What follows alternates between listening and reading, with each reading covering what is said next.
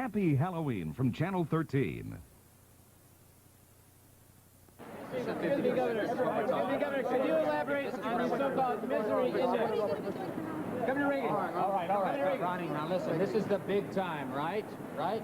Now, this is more important than the last debate. Well, I know that, but I wish they had John Anderson invited. He's got plenty to gripe about, too. Yeah. Well, let's move on here, all right? Governor, 10 seconds. What about they're on, Governor? You're on. what are you going to do? Do you believe? Now, listen, Ronnie.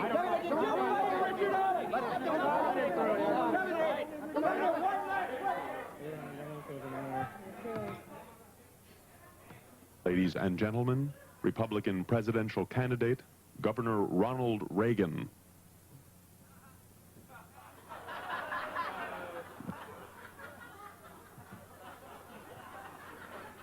Ladies and gentlemen, co-producer and script supervisor of Fridays, Jack Burns.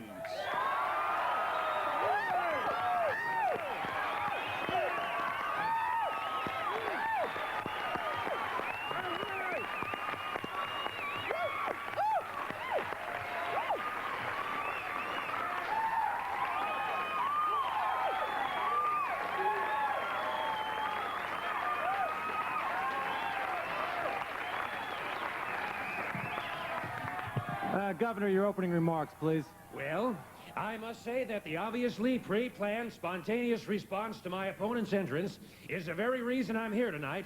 This program is hostile toward my candidacy and has in turn influenced the feeling of this audience. Hey, come on, hey! Hold it down here. We're supposed to be impartial. Impartial? Why, you're a cast member. And who are all those hairy people sitting with you? The Friday's writing staff. Well, it's obvious why I'm made to look like a clown every week on this show. There are people that aren't sympathetic to my views. The American people thought I won the debate last Tuesday. Now, how many of you unbiased writers thought I win? One. Huh? See that? Only one. Let me say that decent Americans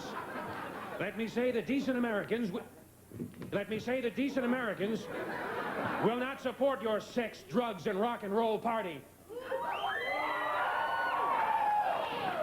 Okay, fine. That's fine, Governor. You had your shot. Jack, you want to sum up? What's your impression of Governor Reagan?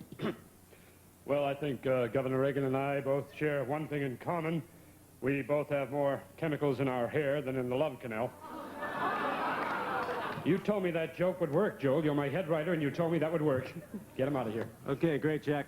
Governor Reagan, what's your impression of Jack Burns? My impression of Jack Burns? Gladly. Live from the Los Angeles Basin, it's Friday!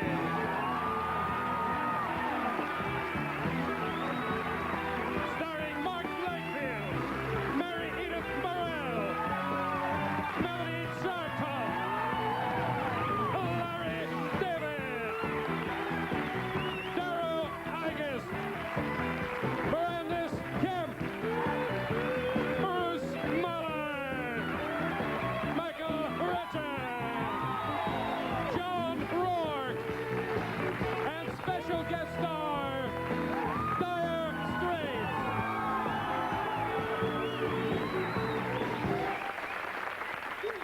And I'm John Rourke, and here is your first sketch. Know what I mean? First sketch.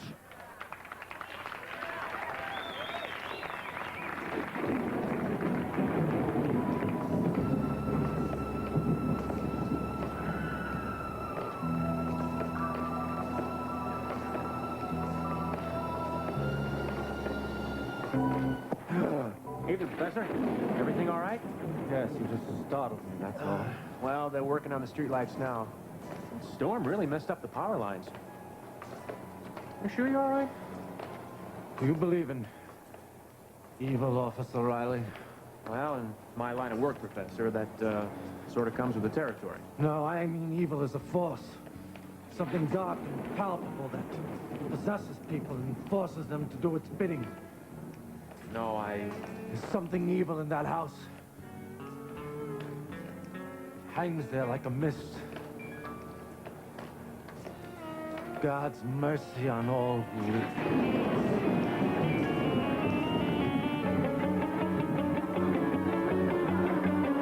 Election night.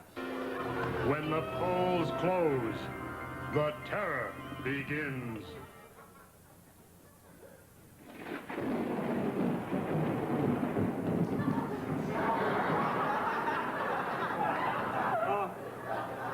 Mama, Rosalind, would you please excuse me for a minute? Hamilton, would you come in here, please? Right away, Mr. President. Thank you. Thank you very much.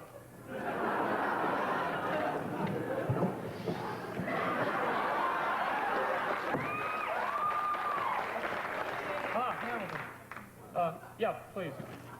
Now, I was wondering, are there any early returns yet? Well, Jimmy, the polls on the East Coast are just closing now, so I wouldn't expect anything for maybe You have a cold there? Oh no, it's just a little sniffle, you know, with the rain and all. Oh, nothing to worry about. sure. The returns, Ham. Well, Jimmy, with only 1% of the vote in NBC, CBS, ABC, AP, UPI, and the New York Times are projecting Reagan as the winner. Any good news? Rolling Stone says it's too close to call.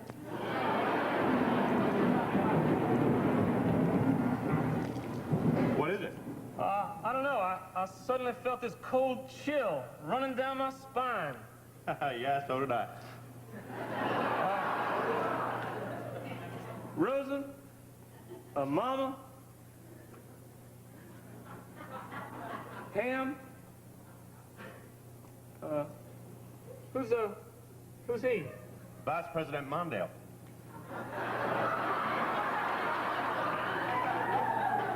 Hello, Wally. Now, the reason I've called you all here is because I'd like to discuss with you, the people who are closest to me, the rather frightening possibility that I might lose this election. Jimmy? Jimmy, you have nothing to worry about. Nobody in their right mind is going to vote for Ronald Reagan. That old coot's senile. Mother, that same is jack-o'-lantern. Mother. The fact remains, Ronald Reagan may be our next president unless our precinct captains got the vote out today. Today? I thought it was next Tuesday. Oh, damn! Wish I had a secretary. I'm just glad the rest of the American people aren't that forgetful. Oh, I'd be in real trouble. Right, Mama? I forgot to vote, Jimmy. Mama, for heaven's sakes! Well, I'm as old as dirt. What do you expect? Mama, you've contributed to a Reagan victory. Thank you. Thank you very much. Come on, Jimmy, it's just one vote. Let's go watch some returns. You go on. I'll be along in a minute. Jimmy, dear, is something the matter? Oh, I don't know. It's just that recently I felt the presence of some eerie force in this house that makes everything go wrong. But, Jimmy, Billy hasn't been around in weeks.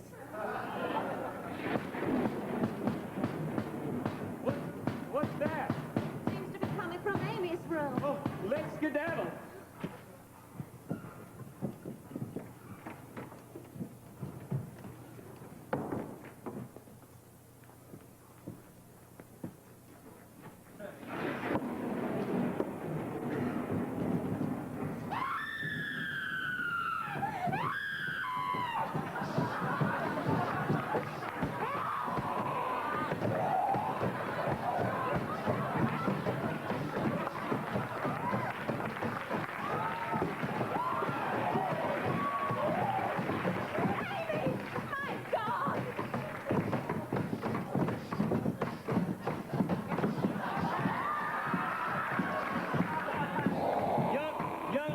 If you don't stop this nonsense immediately, I'm not taking you to the SALT talks in Geneva. I'm not Amy. I'm Reagan, and your mother sleeps with Republicans. I have have no intention of going to the SALT talks and watch you weaken this country's national defense. Amy, what's the matter with you? If you've seen one redwood tree, you've seen them all. Amy! The Mount St. Helens volcano spewed more sulfur dioxide into the air than the last 10 years of auto emissions. Oh! Jimmy, what are we going to do? I think I can help.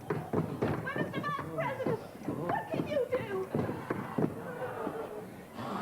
Go away, demon! No. And let this little girl go! Oh, watch out that hair guy. Oh. And weep and howl. Whoa, Bonzo! Whoa, Bonzo! Whoa. Watch out for my bunions! Oh. My wrinkles! My wrinkles! My wrinkles! You bankruptcy serpents! You low down son of a nation to the Almighty! And stunts and muscle! Come on, people! Go to demon! And let this little girl go! Amy, are you all right? How do you feel, sweetheart? I feel ready to debate. John Anderson is in this race to the end. I am the only alternative to the mediocrity of the two major parties. Win a few, lose a few.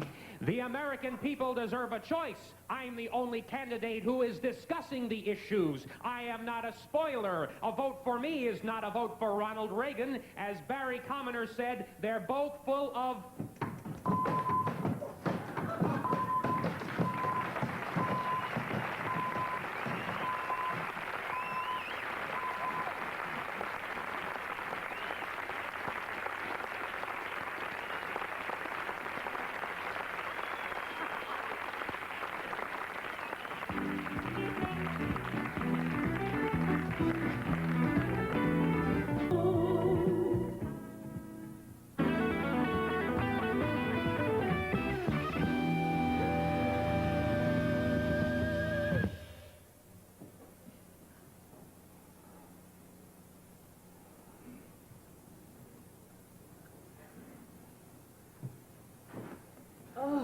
Where am I? Oh, it's the last time this Tinkerbell goes to a Halloween party and mixes tequila and Colombian. Oh.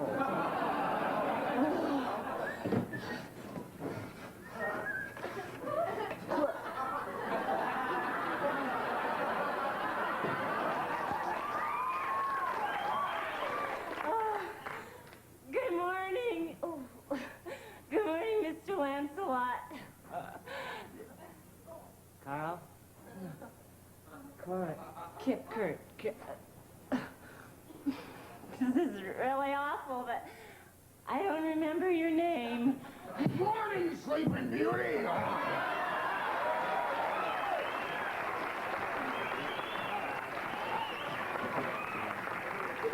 Well, if you're like O'Kin, you can't get started without a good cup of java to start off the morning, huh? Oh, there you go. Oh, I must have been... I must have been really drunk. I don't remember monster costume from last night. What happened to the armor? Well, I had to change clothes. I mean, it's hard to get comfortable in 14th century underwear, but if you're into it, I can get into it. No. Yeah, I can.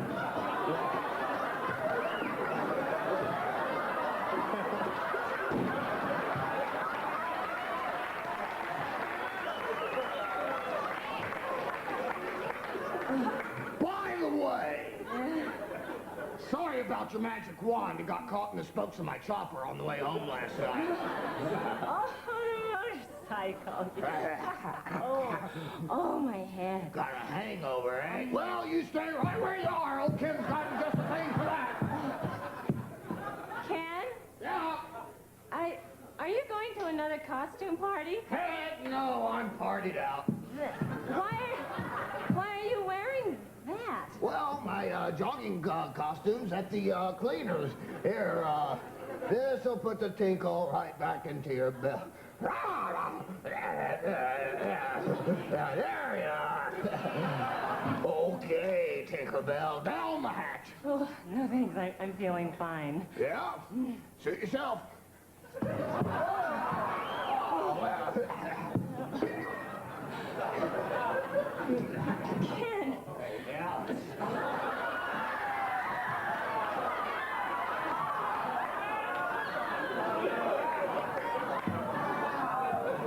Oh, you're really different from the other guys I've known. Oh, yeah? Yeah. Well, how do you mean?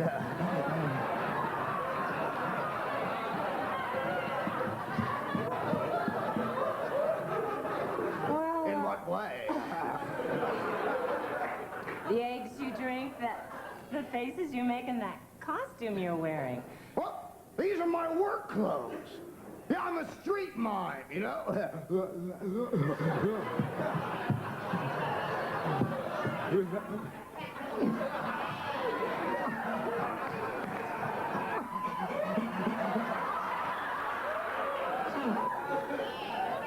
But I want to be an actor, you know? I can do all these roles here. All of them. And watch this. Stella. Stella, baby, Stella! Brando, Marlon Brando. Cagney, he's my man. He's a great... Watch it, watch it. I'm a Yankee Doodle Dandy. Yankee Doodle Dandy. Yankee Doodle went to town, suck a feather up his... yeah, I was up for the Elephant Man, but they said I was too short. Ken, Halloween's over. Why don't you take off that silly makeup? I'm not wearing any makeup. Makes my skin break out.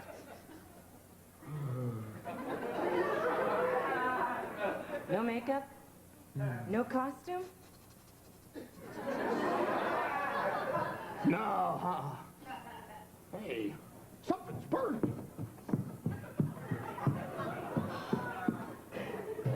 Oh, my God.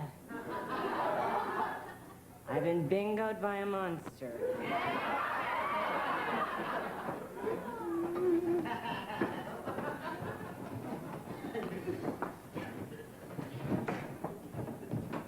Hey, Tinkerbell, your flapjacks are ready. Hey, oh, no. Tinkerbell, come on, they're getting cold. Tinkerbell, come on out. Come on. Ken? Yeah. I really gotta go. What, you don't like flapjacks? Oh, no, it's not. It's not that. What, am I acting? Oh, no. Are you saying I was an insensitive lover? No, I'm not saying that. No. I just gotta be going. Wait a second, Susan. I know what it is.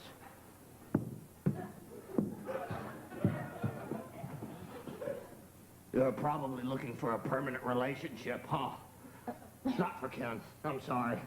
Just wouldn't work between us, Susan. I'm sort of a rolling stone. A bumblebee that floats from flower to flower, spreading my pollen wherever I go. If you want me, Susan, it'll have to be without strings. Ken, call me. Sure. Susan! Hey, Susan! Come on, Susan, why don't we... Ken, I changed my mind. I think I will have that cup of coffee. Oh, you will? Yeah. Well, why don't you move in? Why don't you set up house, huh? Why don't we get married, have kids, move to Costa Rica?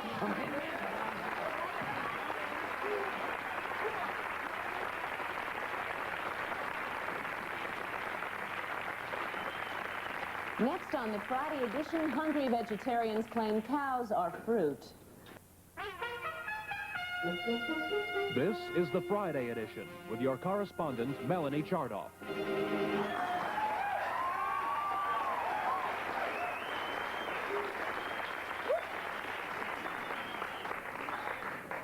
Following their debate in Cleveland, President Carter and Ronald Reagan continued during this final week of the 1980 presidential campaign to lash out at each other on the issues. Governor Reagan, speaking to a rally in Gary, Indiana, stated that Jimmy Carter's lips were too fat, too wet, and too blubbery to be the lips of a president. President Carter responded by saying that Reagan's cheeks were fleshy, wrinkly, jowly, and definitely not the cheeks of a chief executive. Reagan answered by inviting an impartial team of observers to examine his cheeks in order to prove that the charge was not true. The big news this week, of course, was the 1980 presidential debate. For an in-depth review of that historic event, we go now to New York City and our correspondent, Mary Edith Burrell. The election is still 4 days away, but some speculate that the winner may have already been decided by his television appearance last Tuesday night. To comment on that debate, here is a man who is no stranger to political debates, former President Richard Nixon. Mr. Nixon, first of all, how do you feel about Jimmy Carter's decision to finally debate Ronald Reagan? I think it was a good move, Mary Edith, a very good move. President Carter finally realized that this campaign is not a softball game in Plains, Georgia. This is hardball. This is the major leagues. This is the fall classic. You know, I could really go for a good hot dog and a beer right now. Where's that damn vendor? Mr. Nixon, what is your analysis of what transpired last Tuesday in Cleveland? Well, Mary Edith, as you know, I took part in the first presidential debates against John Kennedy back in 1960. And I learned back then that the key to victory is good makeup. Tuesday night, I thought Governor Reagan's makeup had too much color. He has a red face, red hair, red freckles. Red, as you know, is the color of Russia. I don't think it's good. Now, after Jimmy Carter, he also had too much color. He has yellow hair, yellow face, yellow teeth. Yellow, as you know, is the color of chicken. I don't think it's good. Both men could have learned a valuable lesson from Barbara Walters. She looked wonderful. Good color, cool, calm, clean-shaven. But, Mr. Nixon, what about the issues that were raised? Well, I thought both men showed a good command of the issue. Governor Reagan, of course, has a team of renowned authorities to advise him. President Carter has his daughter, Amy. Mr. Nixon, do you feel that there was a clear winner of the debate? Well, Mary Edith, I would have to say the real winner was the phone company. They charged each American 50 cents to call in and vote for their favorite candidate. Yes, Ma Bell scored big. Well, Mr. Nixon, thank you very much for your enlightening analysis of the debate. I love a good debate. My upper lip is beginning to sweat just thinking about it. Well, I'm afraid that's all we have time for. From Manhattan, with a rather overly excited former President, Richard Nixon, this is Mary Edith Burrell reporting. Pat, have we got another brew in the icebox? Make that two, Dick, will you? Pat, make it two.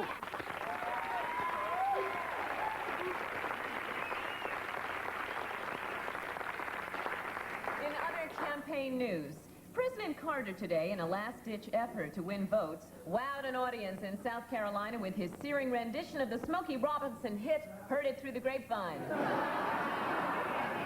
Meanwhile, Ronald Reagan is taking a break from the rigors of the campaign by spending a relaxing Halloween with some old chums from his college days. Here, the presidential hopeful delights his friends by acting out a hilarious story about what he used to do as a boy in the old pumpkin patch.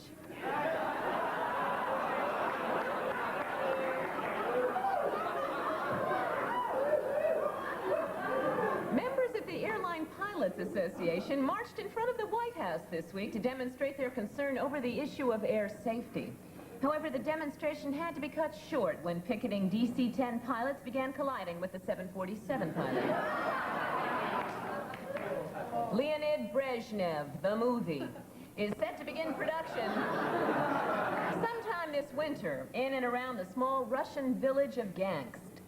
Slated for the lead is Robert De Niro, who says he will gain 300 pounds for the part and do the acting role of his life.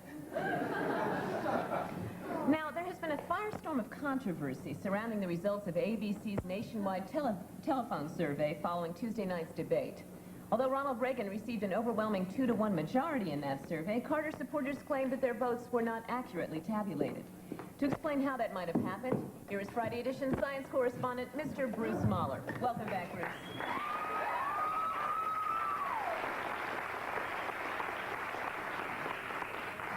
Melanie, using a similar computerized device, we are going to see if Carter's supporters are justified in complaining that when they dialed this 900 area code number to register their vote for President Carter, they either got a busy signal, a recording thanking them for voting for Reagan, or their ex-wife. In a moment on the screen, you will see the results of the computerized totalizator for both candidates, which is capable of recording the responses of 1 million phone calls in 6 seconds. Now, right now, I'm going to dial the number, which should have cast a vote for Carter as the debate winner.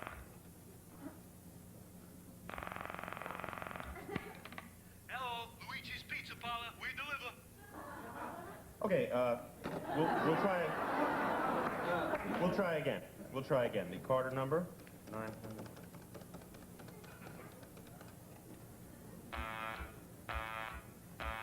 Well, it would seem as if there were some validity to the Carter supporters' claim, but let's see if perhaps Carter didn't also benefit by technical error. I'll just punch up now the Reagan number and the number 10, which would be, of course, the equivalent of 100,000 phone votes for Reagan. Your vote has just been cast for Reagan.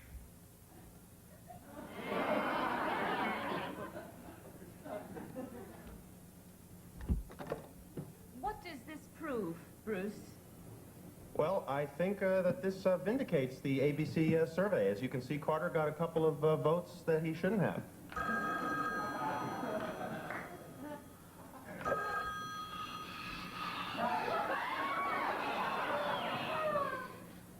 Melanie, I think it's for you.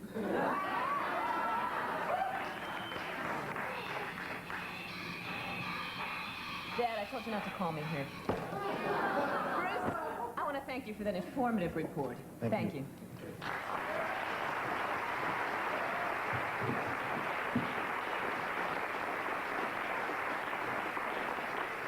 And this just in. The Friday edition Election Bureau now has an official projection as to who will be the next president of the United States. I'd like to state that our projection is obtained by means of a scientific sampling of voters, which was then tabulated by our high-speed computers. On the basis of our information, Friday edition now projects that the winner of the 1980 presidential election will be Barry Commoner. I repeat, according to our projections, the next president of the United States is Barry Commoner. Congratulations, Barry. I bet you're going to celebrate tonight. I'm Melanie Chardoff. Have a good weekend. This has been the Friday edition with your correspondent, Melanie Chardoff. And now, here is Dire Straits.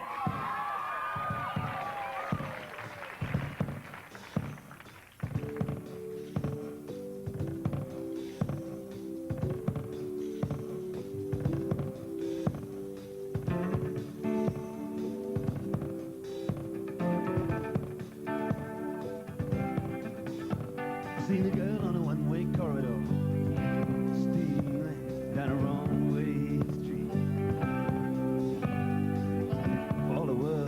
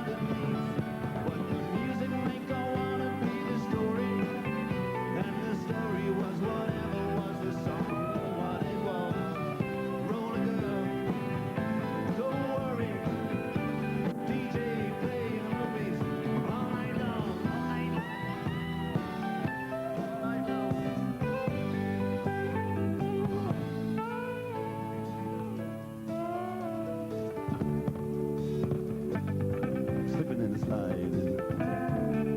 Oh yeah, nice to roller, slipping and sliding. Skateaway, that's all. Shala Chalet.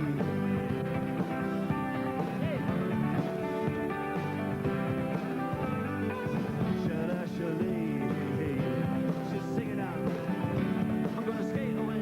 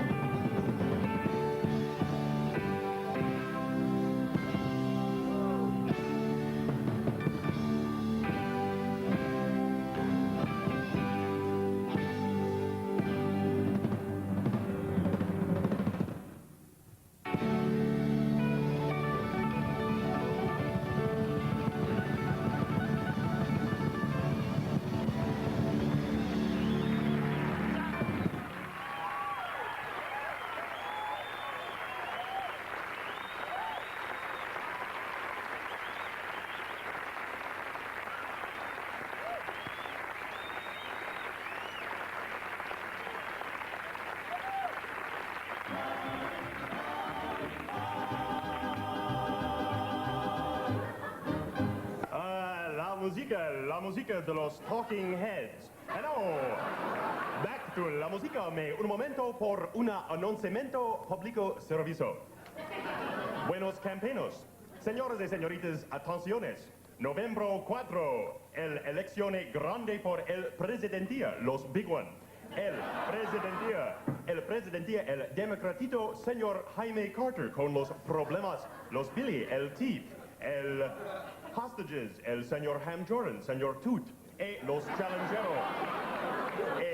challengeros, el republicanito, señor Ronaldo Reagan, los grandes problemas con Reagan, con los locos, con los brenas, el diplomacia con señor Warhead, señor con señor 20 Mule Team Boraxo, señor Commander-in-Chief, esta posición es pro nuco, el ICBM, el Missilehead, señor Defensa, el Messiah. Y finalmente, el independito, el longshot, señor Juan B. Anderson.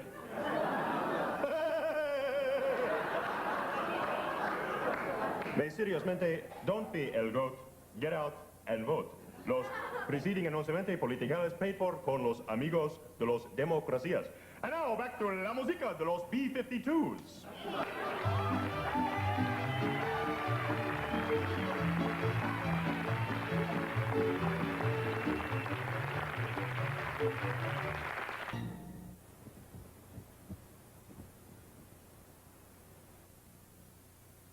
Now, just what you've been waiting for. Rabbi Feinberg and Rabbi Kimmelman join forces in their first major film epic.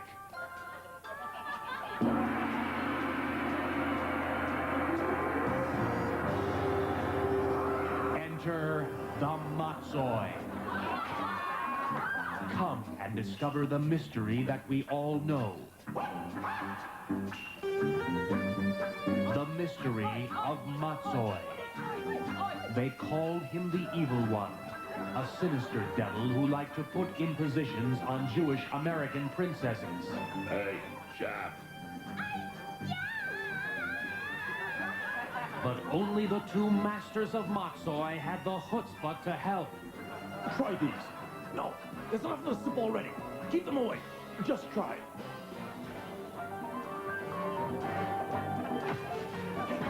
If you see only one Kung Fu movie this year, this should be one of them. Oh.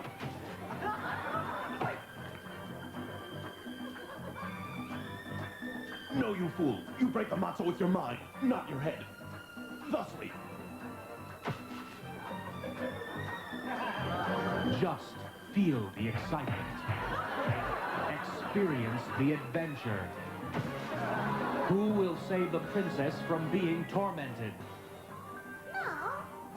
Who do you think?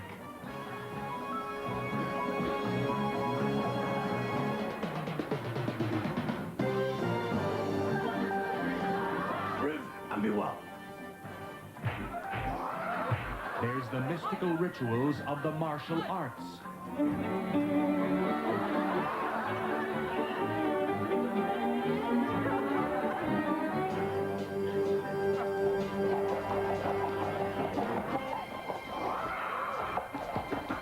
And Matzoi action of the highest degree.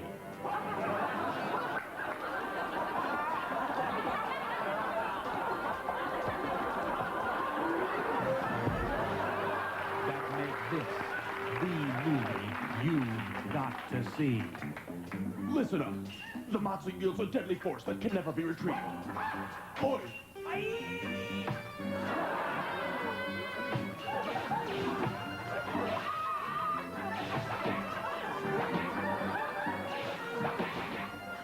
But we warn you, there's nothing easy about it. Let the princess go, I say. No, unless you eat this pork. Better I should drop dead before I'll eat your pork, you low-life heathen skunk.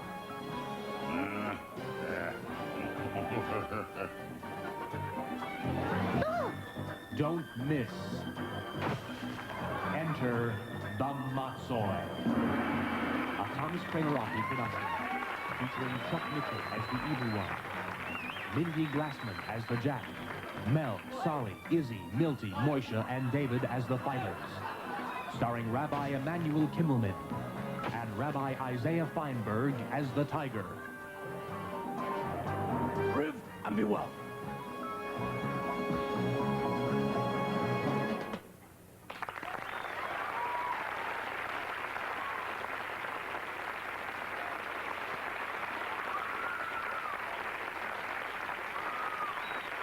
Say, unsure about who to vote for in this year's presidential election? Well, help is on the way as the Madco Company is introducing 1980 commemorative flip coins, featuring Democratic candidate Jimmy Carter's face on one side and Republican candidate Ronald Reagan on the other. Please order fast. Time is running out. On Election Day, you, the voter, can take your commemorative flip coin into the voting booth and determine who will be the next president of the United States. Order now. Send to Heads You Lose, Tails You Lose, care of Madco Company, Post Office Box 1630, Hollywood, California, 90028. Spend election night with Jerry Turner and the entire Eyewitness News team beginning at 6 on Channel 13.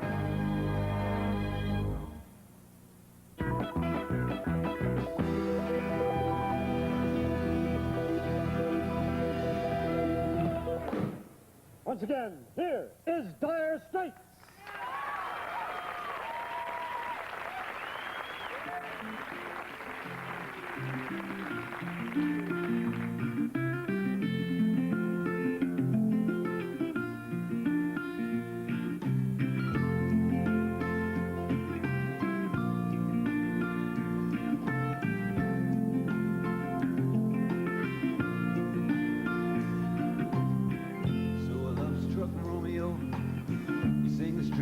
Serenade, playing everybody low with a love song that he made.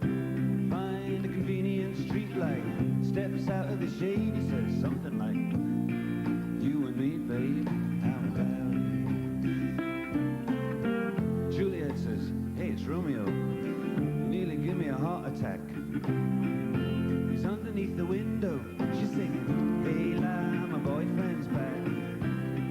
Shouldn't come around here singing up at people like that. Anyway, what you gonna do about it? Juliet, dice was loaded from the start, and I bet, and you exploded in my heart, and I forget the movie song. When you gonna realize it was just that the time was wrong? Juliet,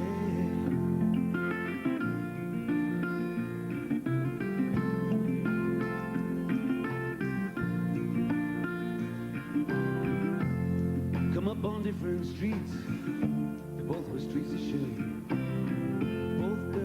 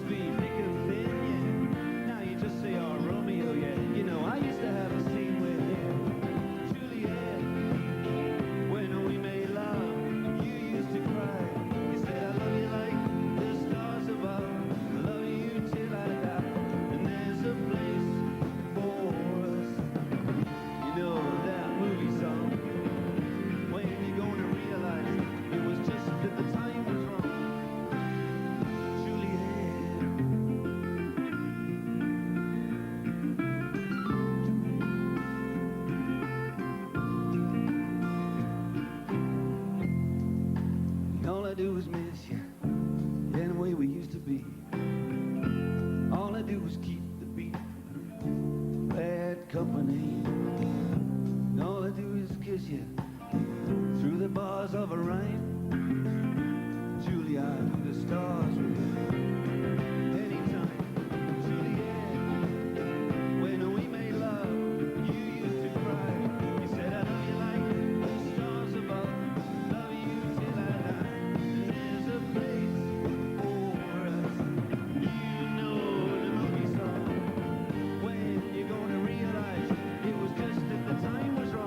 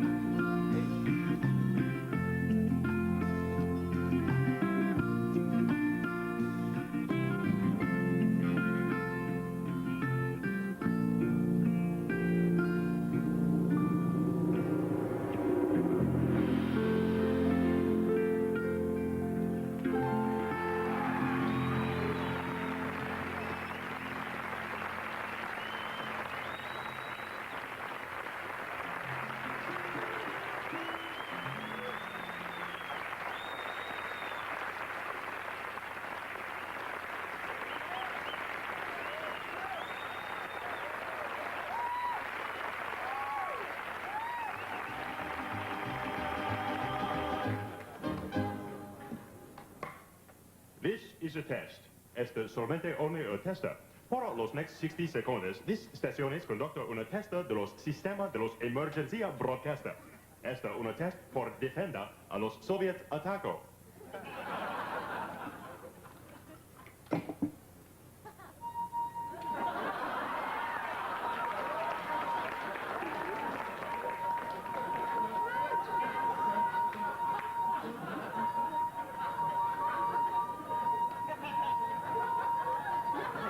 Los preceding has been el testa a los sistemas de los broadcaster emergencia. If this had been an actual Soviet attaco, there would be no more La Musicas. But it's only una testa, and now back to La Musica de los Pink Floyd.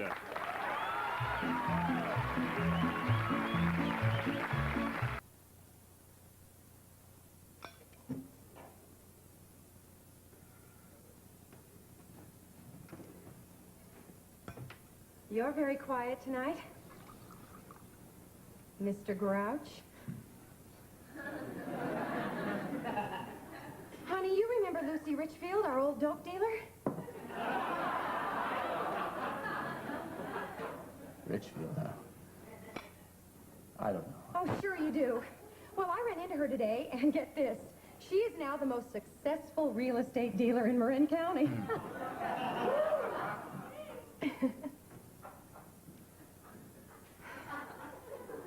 Alan, what's wrong? You've hardly touched your sushi. Sharon. I can get you an avocado and whole wheat. I bought Sharon, it's not the sushi. I didn't think it was. Sharon, this is probably the most difficult thing I've ever had to tell you. But our relationship is based on honesty, right? Right? Sharon, I'm going to vote for Ronald Reagan. I think I'm going to be sick. Sharon, I didn't mean it. Now, you've got to believe it. It just happened this way, please. No, don't touch me. Not now, Alan. No, I've got to think. Sharon, please don't make this any more difficult than it already is. Why, Alan? Why? I needed somebody strong. I'm tired of America being kicked around all the time. I don't believe this, Alan. Oh, I heard all the nasty rumors, those late-night phone calls from so-called friends telling me that you were, but I just thought it was a harmless flirtation with the right. I didn't know. Sure, that's what it started out to be, just some innocent research into some Reagan campaign literature, but... You brought this filth into our home? Alan, you broke the oath we took in blood in Chicago in 1968. What blood? You pricked your finger nailing up an anti-war poster. Besides, Nam was a noble cause.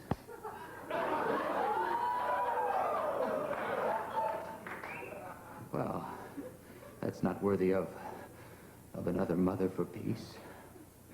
You're right. Oh, Alan. He seduced you, didn't he? Tell me, how long have you and Ronnie been having this little affair? You make it sound so cheap and sordid. How long, Alan? 2 months. Oh. I see. Well, I think you'd better leave. Now. Tonight. Yes, of course. I'll come back for my things tomorrow morning. I can stay at the local Reagan headquarters tonight. It's late. They've probably closed by now. But then I imagine you have your own key. Yes. Well, I hope you're happy with Ronnie. And just remember this, Ellen. When you're 50, he'll be 90.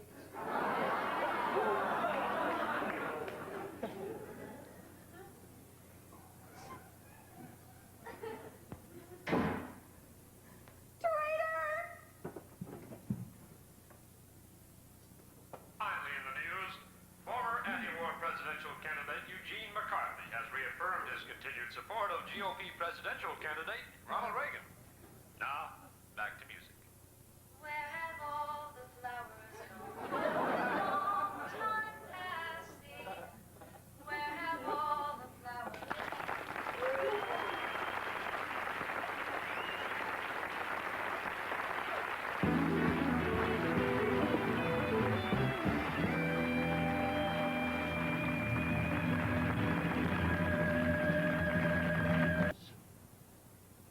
Devo, and they're back for their second live appearance this year. Whip it good. And in weeks to come, when our guests will be Bus Boys, Hart, and Pat Benatar, and Rockpile. And oh yeah, we love you, Bill. So get your butt back here quick. And I want to thank everybody. And I think we're going to have results from that Reagan, what's his name? Burns. No, Reagan Burns. You know? Oh yeah, she's going to get much better, you know. And we love everybody. Have a happy Halloween, and thank you, and good night.